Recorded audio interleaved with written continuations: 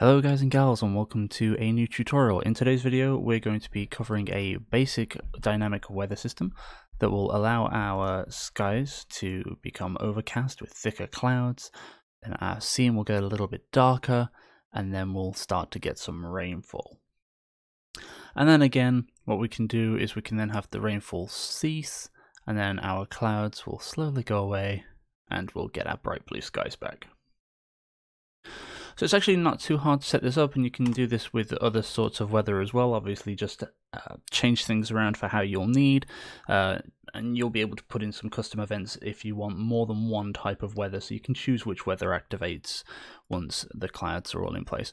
Now one thing that you are going to need is my rain. Let's see where we've got the rain. So if you followed my rain tutorial before, you'll have the particle systems.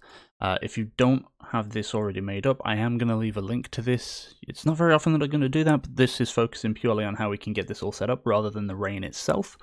So feel free to download that, have a look through it, pull this apart, see how it works. You know, don't just pop it in and not have an idea what's going on with it. You know, study it a little bit. But we're going to actually be covering the weather system itself here. So the first thing that we want to do is we want to set our sky sphere up to allow us to change things around.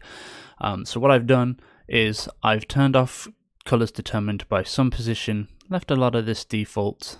The things that I have moved around a little bit though are the clouds. One of the things that I've changed is my cloud opacity. I've got to 1.2, so you can see here we haven't got very much clouding, but we can change that around if we wanted to, so we get more clouds, and that's what we're going to do later on. And then what we want is, because we're going to have to change the sky color and the cloud color, we're going to go into each of our colors for the zenith, horizon, and cloud, and then if you click and drag this to the save box, you can actually save a color up here so that you can keep it for later, and we're going to need that so that we can put things back to their default really easily. So what we're going to do is we're going to create a new blueprint. We're going to call this weather BP, and now we're going to open this up. And the first thing that we know we're going to need is a reference to our sky sphere. So what we're going to do is we're going to add a variable. We're going to call this our skyref, and the variable type we're going to search for sky sphere. Object reference, expose it by ticking the little eyeball so that we can plug anything in here, compile, and then we'll close this down. If we drag this into the world here, let's just get rid of the old one, boop, and the rain, boop. If we drag this new one in, you can see our skyref is nothing. If we just click down, we'll have our sky sphere blueprint available to us. Yay, cool. So let's open up our weather blueprint. We're going to get rid of all of the default stuff, and the first thing we're going to do, just to test this out to make sure that it works, we're going to bind it to left click. So we're going to say left mouse button. Now obviously you're going to want to do this on some sort of timer. We can do that with a custom event, and we can do a timer like so, and you'd put this into a begin play. And then what we would do is you would say after a certain amount of time and loop it, decide whether or not to change the weather. And you can do that by selecting a random float or integer. But we're just going to be using a left mouse here to set this up first. Okay. So on pressed, what do we want to do? Well, the first thing we're going to need to do is make sure that we have a sky reference. So drag out sky reference and get it. Then we will ask is valid. And basically what this is going to do is it's going to make sure that our reference actually has something inside of it. And we'll say branch, and we'll plug this in. There you go. Now this will only fire if we actually have a reference to our sky sphere. So what do we want to do with our sky sphere? Well, we want to change stuff around like we discussed at the beginning. So we'll drag out another copy of this real quick. And then what we're going to need to do is we're just going to study the sky sphere blueprint really quick. So if we go into the sky sphere blueprint and we go to the construct script, you can see that all of this is held within the construct script. And if we look at things, you can see that we're creating a dynamic material instance, which is fine. This means that we can change things in runtime. And if we go all the way along to colors determined by sun position, we turn that off. So everything after false is what we will be needing. Well, not quite everything, but you can see here horizon color, zenith color, overall color, cloud color, these are all handled with vector parameters. And because we know this, what we can do is we can go back to our weather blueprint, we can drag out, we can get the material, we get the sky material, and we can then drag out from this, we can set a vector parameter value, and now if we were to give this a name such as the zenith color, it's spelt in the American way, so there we are, we can then plug a color into this to change it around, which is what we need to do. But how we're going to do this is we're going to do this with a timeline, because we want this to happen over a specific amount of time. So from our true, we're going to drag out for a timeline, and we're just going to play. We're not going to play from start because we want the weather to be dynamic, so it's going to change at a specific time that's going to be held randomly, or if you want to do it a specific way, so if you go into a certain area it will start raining and such. We're going to add a float track here, and I'm just going to add a key and say 0, 0. And then we've got a length of 5 by default. Oh, the dog's left, she's not interested. 5 and 1.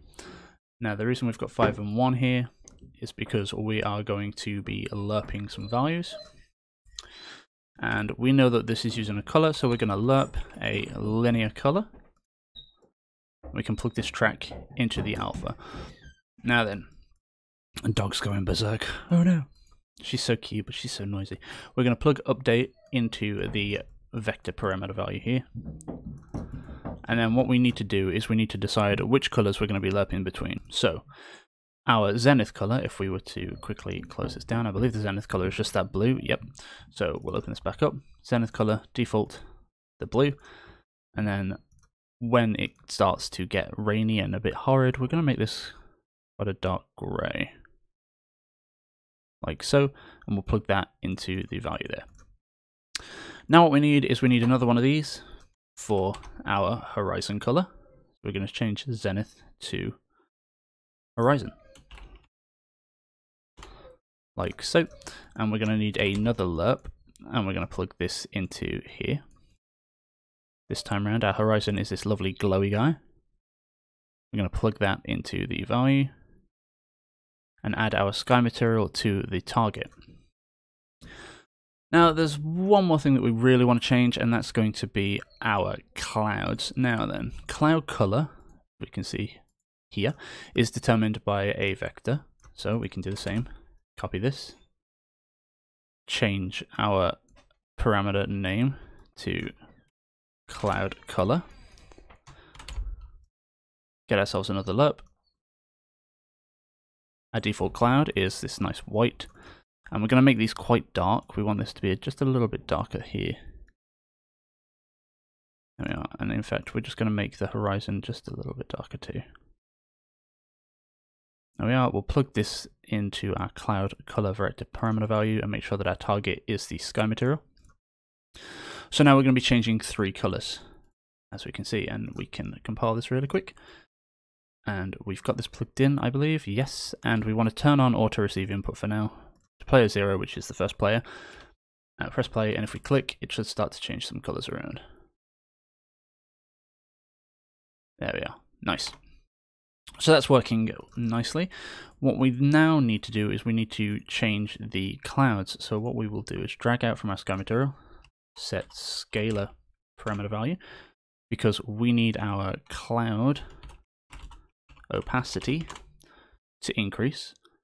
In this case though, we're not going to use a lerp linear color. We're going to be just using a lerp because we're using a base value. I'm using a default value of 0.2. And then I believe I was going up to about 4 or 5. We'll put 5. You don't want to go too high because they'll start to glow, which is a little bit weird. Plug our timeline into the alpha for the lerp. And now if we test this out, we should gain some more cloud.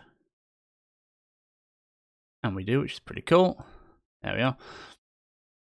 And you can see that we're still getting, it's still quite bright. So what we're going to do is we're just going to change our light around as well. So we need a variable here. We're going to call this our light ref. And if we were to quickly check our light here, this is a directional light, and this is the main light in this scene. So that's the one we're going to be changing. We're going to get our variable type to directional light, object reference, expose this so we can plug it in, compile. Now if we select our weather control blueprint, you can see we've got a light ref, and we can add our light source. Great, so we can open this up now, we can drag out our light reference, and we can set our intensity. Actually, no, we're not going to set intensity, we're going to set the color.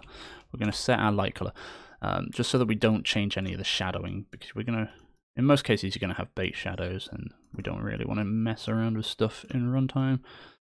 So we're going to plug this in, and our new light color, going to get a lerp here, boop, for a linear color. Plug this into our track as well. And now the colors that we want, let's see, I believe by default it's just a white, so we're just going to change it from white to black. Like so. And now our scene, you can see, will also get darker over time. Cool. So now what we need to do is we need to make sure that this can be reversed, and we can do that really easy. So after our branch, we will use what's called a flip-flop. And what a flip-flop allows us to do is it will do the A the first time that we press the button, and then it will do the B the next time we press it. So we're just going to plug the B into reverse. So on the first click, it will do A, second click, it will do B, then it will do A, then it will do B, then it will do, you know, back and forth. Really simple, and by plugging it into the reverse in the play, we're not going to get any really harsh change. What we're going to get is a nice smooth, and we can click again and it will go backwards. Now you can see how if you set up an event that controls this rather than on a click, you'll be able to have this randomly change around depending on, you know, a timer. If you wanted to change it every 30 seconds, you could have it change every 30 seconds. If you wanted to have a random amount of time, you can select a random amount of time, so it will change every now and then. Obviously, you're going to want a longer amount of time than 5 seconds on the timeline, but we're just keeping it nice and slow, nice and quick, so that we can see this happen, rather than having to sit around and wait for it to change, because, you know, we want these changes to happen gradually over the course of a few minutes, and we don't have that much time. So we've got all that working. Now what we need to do is we need to make sure that we can make it rain. So what we're going to do is we're going to head to the rain that I've asked you guys to download, bring that out. This is the old rain particle system from an old tutorial. Just drag this over into this corner here because that's the start of the emitter, and I just want it to cover this entire area. Cool. Now we don't want it to be raining by default, so what we're going to do is we're just going to select our rainfall particle system, head on down to activation and turn off auto activate, and that will stop the rain here. Now what we're going to do is go back into our lovely weather blueprint, and we need to get a reference to that particle. So we're going to add a variable. We're going to call this rainref, and we're going to change the variable type to an emitter.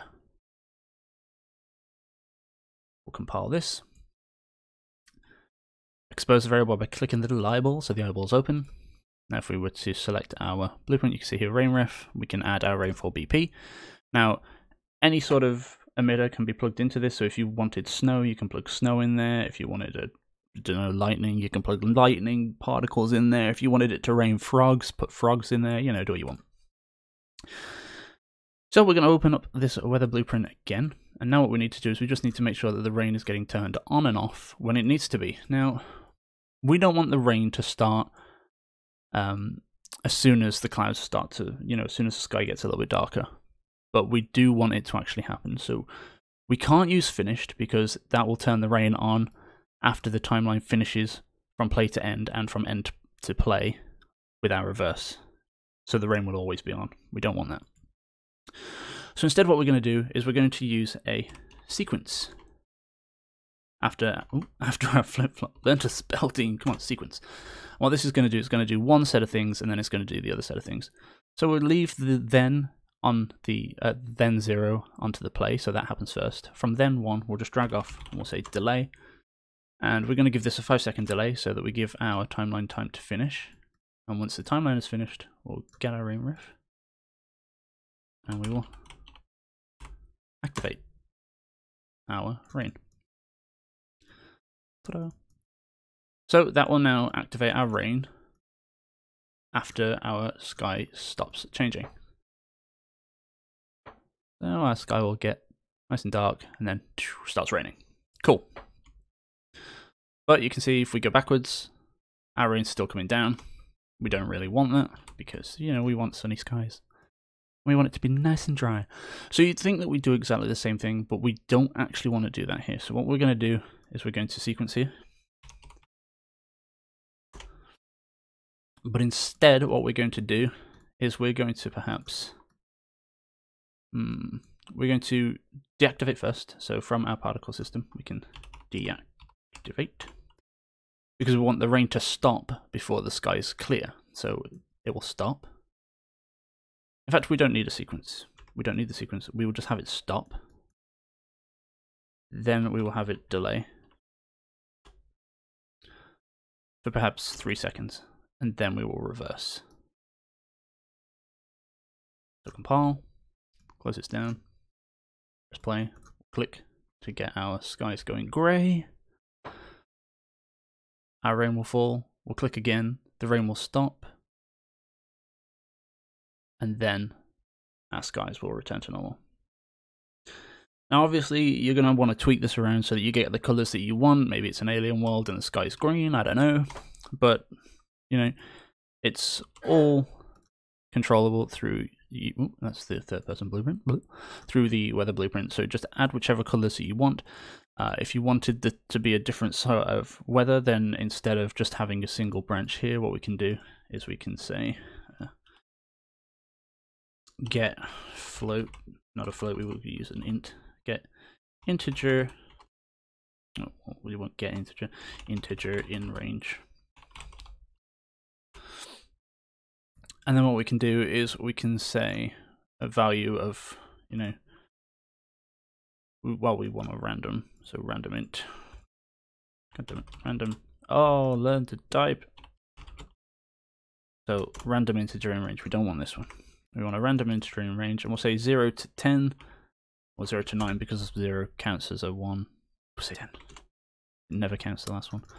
And then we can say from the branch, we'll just check what the thing is, and maybe we'll only activate the rain, you know, if a certain value is active. So we'll say from the value here, we'll say equal to integer. Maybe the rain will only activate if it's 1, in which case we'll branch here. And if it is equal to 1, then instead of flip-flop, what we would do is we would activate the sequence. And if it's not equal to 1, then we would deactivate. Like so. So we'd turn it off if it's not equal to 1, and we'll turn it on if it is equal to 1. And then we would use a timer.